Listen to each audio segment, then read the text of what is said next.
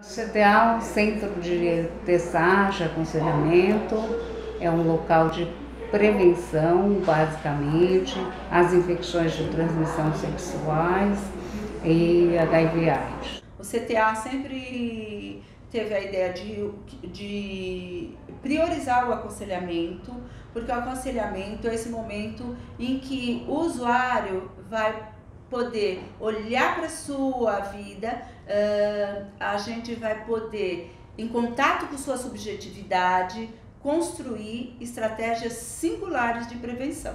A rede municipal especializada em DST/AIDS é composta por 26 serviços. São 16 serviços de assistência e prevenção, que são os SAIs, e 10 serviços de prevenção, que são os CTAs. E o CTA Infil é o primeiro CTA da cidade de São Paulo.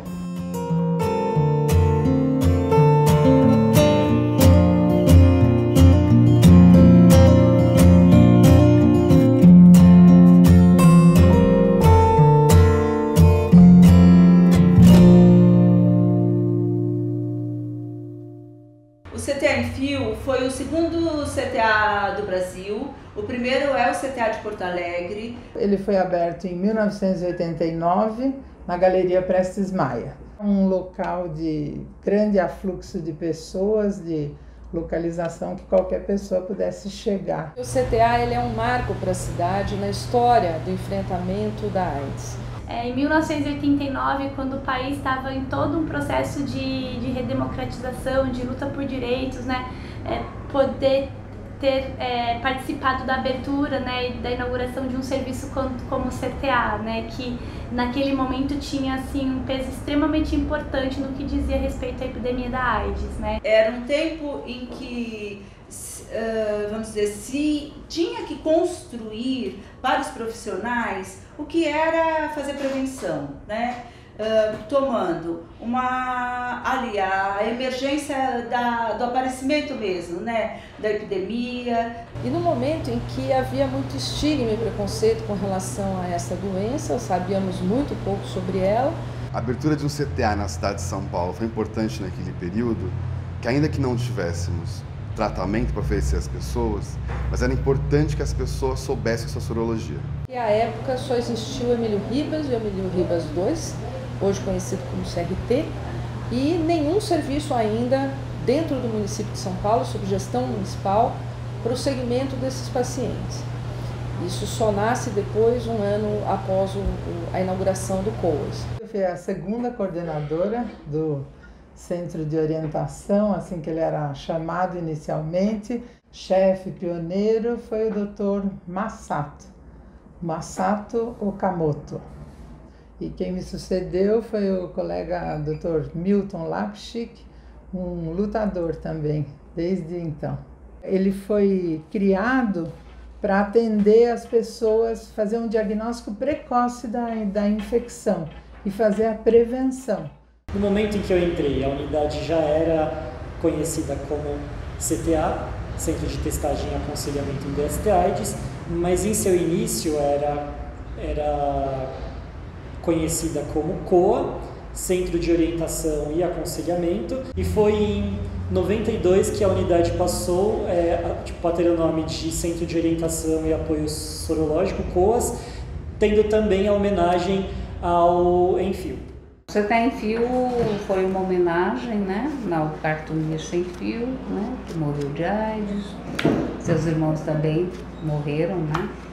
Eles eram hemofílicos, né? E no início da epidemia, pela falta de controle do sangue, né, eles se infectaram. O Enfil ele foi um cartunista muito importante na época, principalmente em que a AIDS estava em seu início, assim, né? Ele tinha muitos cartoons que traziam a questão, principalmente das liberdades, da ditadura e tudo mais. No início, acho que umas 10, 12 pessoas, né? A equipe inicialmente era menor, logo que ele foi criado, e depois, no ano de 1990, 91, começaram a chegar os outros profissionais. Tinha médicos, psicólogos, assistentes sociais, enfermeiro, assistente de enfermagem. Era uma equipe que trabalhava junto, aprendendo junto como fazer esse serviço de orientação, aconselhamento, prevenção e de inclusão. Era o tempo em que o CTA tinha uma função de ser uma unidade formadora de outros CTAs. O serviço tornou-se referência, né, no país, e aí, gente, junto com o Ministério da Saúde, mais o Centro de Testagem do Rio e de Porto Alegre, a gente começou em 93 a fazer os primeiros cursos de formação de profissional para trabalhar nesse centro de testagem. Naquela ocasião se testava apenas sífilis e HIV. A testagem ela era aberta, toda pessoa poderia demandar. Você inventava um apelido e aí você recebia uma carteira com aquele apelido, que era com o qual sempre você ia ser chamado no serviço. E as pessoas se identificavam com codinomes, elas não se sentiam nem à vontade para se identificarem. Então elas podiam se identificar como qualquer coisa, sapo, ganso, papagaio, e faziam lá seu teste de maneira anônima. A pessoa podia colocar o nome de Maria, José, ou alegria, amor, paixão, sexo, vida. Existia naquele tempo o pré-aconselhamento, que era um momento coletivo em que se discutia ideias de prevenção e também de prevenção às DST/AIDS, e também se esclarecia questões em relação ao próprio teste. Como era um momento coletivo, era um momento muito rico. A palestra educativa, né, que era o aconselhamento pré-teste, ele foi feito até 2001 como única forma de acessar o serviço. Então, para que o usuário pudesse fazer a testagem, ele participava dessa palestra educativa.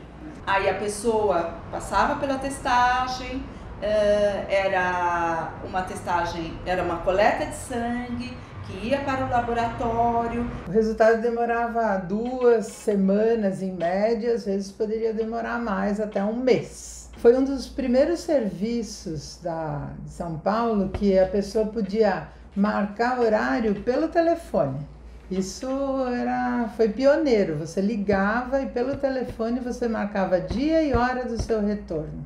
Ao longo desse tempo do CTA, se introduziu o teste de hepatite, isso ainda nos moldes do laboratório. Por volta de 2006, vai se introduzindo na unidade a possibilidade da testagem por teste rápido.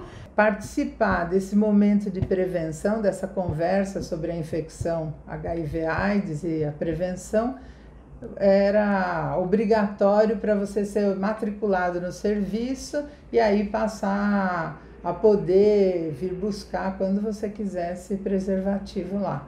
A gente tinha uma recepção que oferecia 24 preservativos por mês, mas ele só podia pegar por semana, não era nem por mês que ele levava, né? Tipo, com a carteirinha. Inicialmente, ainda tinha isso da autorização, existia também a questão quantitativa mesmo, né? Até o momento que, quando eu já saí, já tinha lá o jumbão, né, que tem até hoje, e também já tinha o jumbão em alguns pontos da cidade.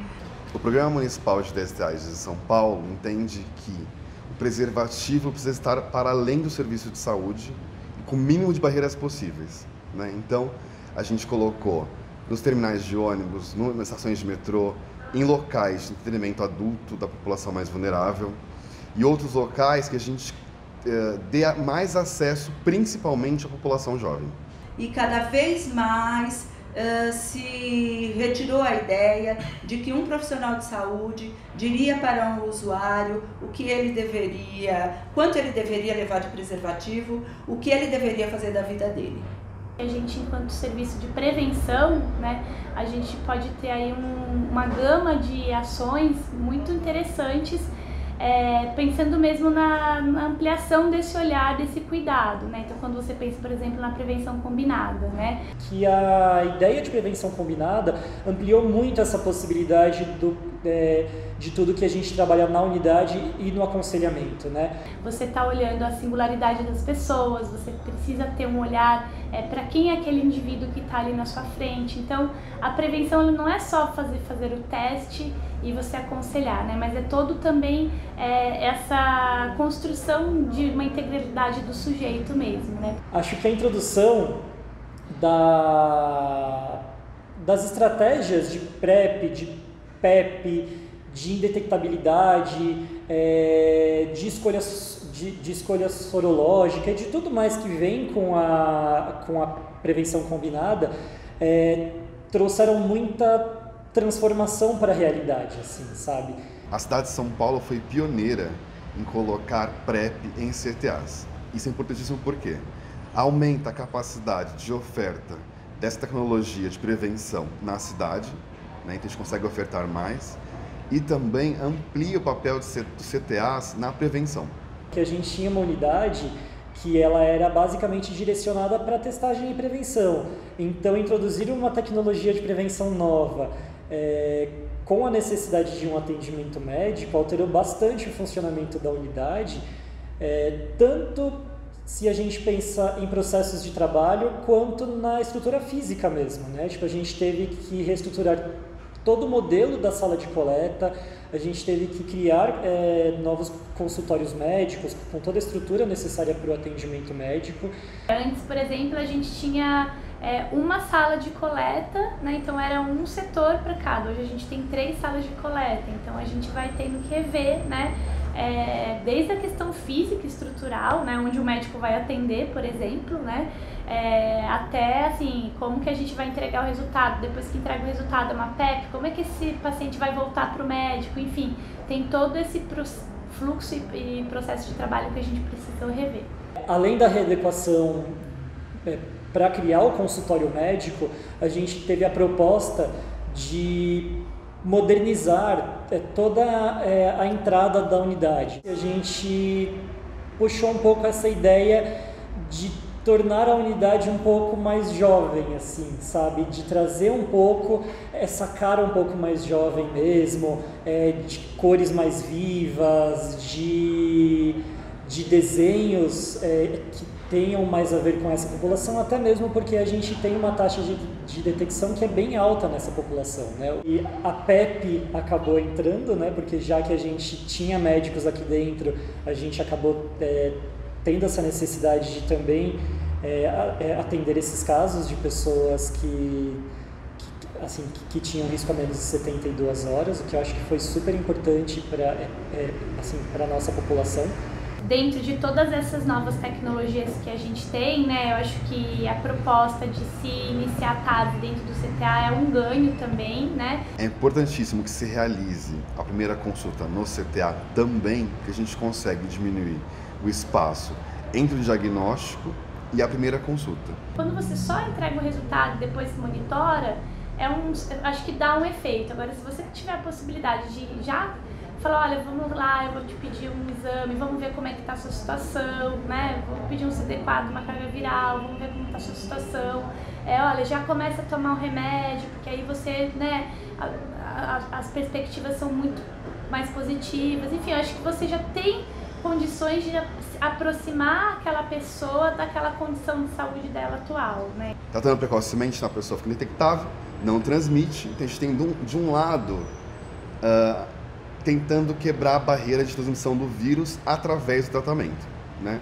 De outro, a gente tem outras tecnologias de prevenção que podem ser usadas por pessoas negativas, né? Que é a PEP e a PrEP. Diariamente a gente atende as mais diversas pessoas aqui aqui no CTA, com as mais diversas demandas, né? Então a gente nunca sabe o que vai acontecer mesmo no aconselhamento, né? Isso eu acho muito interessante, a gente vai lidar com aquela realidade que a pessoa traz naquele momento. É só olhar como é que é a nossa demanda, como é que é a nossa realidade de atendimento, para ver que esse serviço tem um lugar importante ainda nessa cidade, nesse lugar, no centro de São Paulo. A gente está no entorno de diversos locais de socialização, de diversos estabelecimentos onde se encontra o público que a gente quer mesmo atingir, né? A gente tem muitos prédios de prostituição aqui perto, a gente tem cinemas, a gente tem saunas, a gente tem muitos locais de encontro de jovens LGBTs. Então acho que o local que a gente ocupa proporciona para essa população bastante facilidade de acesso à unidade.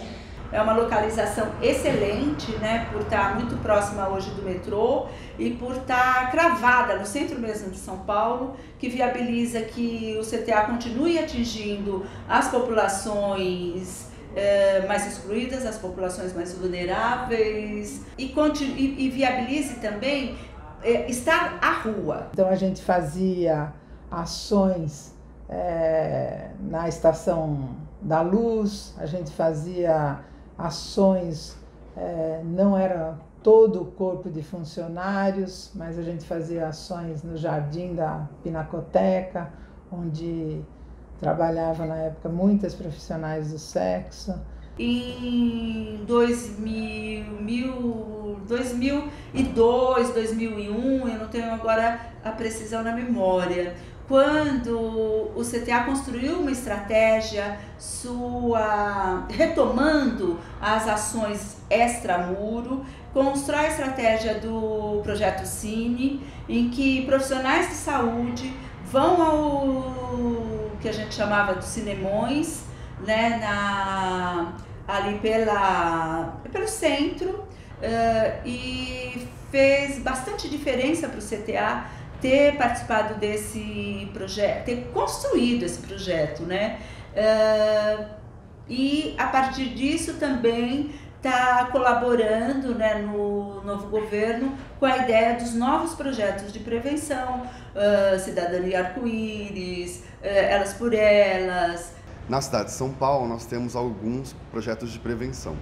Esses projetos de prevenção eles são compostos por agentes que fazem educação entre pares. Ou seja, a gente tem agentes de prevenção que fazem parte das populações mais vulneráveis à epidemia de HIV e trabalham juntamente a seus grupos, as suas comunidades, em locais de moradia ou sociabilidade. Então, já numa fase melhor, em que as pessoas já faziam teste com identificação, já podiam pegar camisinha sem ter que ter prescrição médica, uma época em que nós já tínhamos algumas coisas mais disponíveis de tecnologia, ele começa, junto com uma rede de serviços já existentes nessa época em São Paulo, a fazer educação entre pares, e aí ajuda a desmistificar ainda mais a infecção. Então começam a se contratar pessoas gays para trabalhar com outros gays, profissionais do sexo para trabalhar com profissionais do sexo, assim por diante, desde que se mantivesse uma identidade de par. Eu resumo assim o trabalho de agente de prevenção como transformar vidas. Então, eu acho que facilita muito essa questão de pares, né? Até porque é uma pessoa que você passa pelas mesmas dificuldades que você, tem os mesmos anseios que você. Então, essa aproximação, ela é meio que automática, né? Vem meio que instantaneamente. Então, a gente está ali para poder divulgar o serviço, para poder amparar essas pessoas e também orientar, né, sobre os métodos de prevenções que a gente tem. Que o CTA tem uma expertise em relação às populações mais vulneráveis. O CTA tem essa função de mapear os territórios, de ir atrás das populações mais vulneráveis, de incentivar o território a fazer testagem, então é uma referência em prevenção. O CTA em Fio, ele tem um papel muito importante. Tão importante que a gente vê que o serviço está completando 30 anos. né? São 30 anos, são 30 dias, nem 30 semanas. Então esse trabalho é importante. É importante que tenha esse local, esse centro de testagem e aconselhamento, que receba essas pessoas que estão vulneráveis, que receba essas pessoas que estão com a dúvida. Que as pessoas que acessam aqui sabem que a gente não vai deixar de respeitar o nome social, que a gente não vai ter nenhum tipo de estranhamento por conta da orientação sexual, por conta da identidade de gênero, por conta até mesmo do trabalho, né? Tipo, pensando nas pessoas que trabalham com sexo. Então acho que o CTA atualmente ocupa esse lugar importante frente às populações mais vulneráveis que necessitam mesmo dessa unidade. O CTA em Fio sempre teve aberto e protagonista nas mudanças das estratégias de prevenção ao longo dos 30 anos. Sendo a testagem rápida sendo introduzida e ocupando um lugar importante, sendo o aconselhamento se transformando aos poucos, a PEP, a PrEP entrando, os projetos de prevenção ampliando os campos. Então a gente sempre teve coisas acontecendo aqui dentro, sabe? O CTA ele sempre esteve em um processo de mudança. Então hoje, em 2019, né, eu posso dizer assim, resumir em inovação, porque hoje nós temos diversos meios de prevenção, né? A PrEP, a PEP, o preservativo, né, que é o mais tradicional, e entre outras coisas, né? E o CTA em Fio hoje, com todos esses avanços, com uma equipe mais jovem também, e que faz essa congregação da experiência. Ainda temos no CTA em Fio pessoas que começaram lá no comecinho e continuam fazendo parte dessa equipe, com pessoas jovens que foram se agregando ao longo desse tempo. A mesma coisa acontece com os agentes mais antigos, agentes mais jovens, e assim eles vão compondo uma história muito particular no centro de São Paulo, mas também uma história que hoje se tornou coletiva nessa rede municipal de serviços e fazendo com que nós tenhamos um enfrentamento muito melhor da epidemia, com redução, inclusive, de novos casos do HIV na cidade de São Paulo. Como todo mundo que participou, acho que da história do Coinfio, deixou um pouquinho de si e aprendeu muito, né, com esse trabalho. Então, boa sorte para todos nós e vamos ser perseverantes, tolerantes e inclusivos sempre. E que eles sigam com as energias próprias, dando ao CTA em Fio essa cara de unidade de luta, unidade de potência e unidade diferente.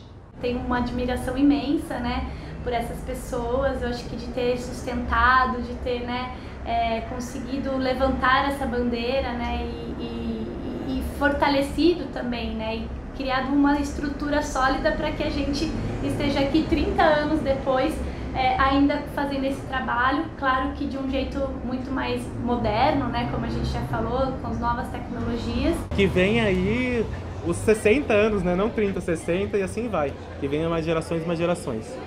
Então eu quero, como coordenadora do programa, junto à equipe toda do programa, parabenizar o CTA por toda a sua história, por todo o seu trabalho comprometido e sério ao longo desses anos, e que nós tenhamos daqui para frente muitas outras comemorações, mas daqui para frente a comemoração que nós mais esperamos é da erradicação do HIV na cidade de São Paulo. Então deixo aqui um grande abraço a toda a equipe do CTA em Fio. Parabéns!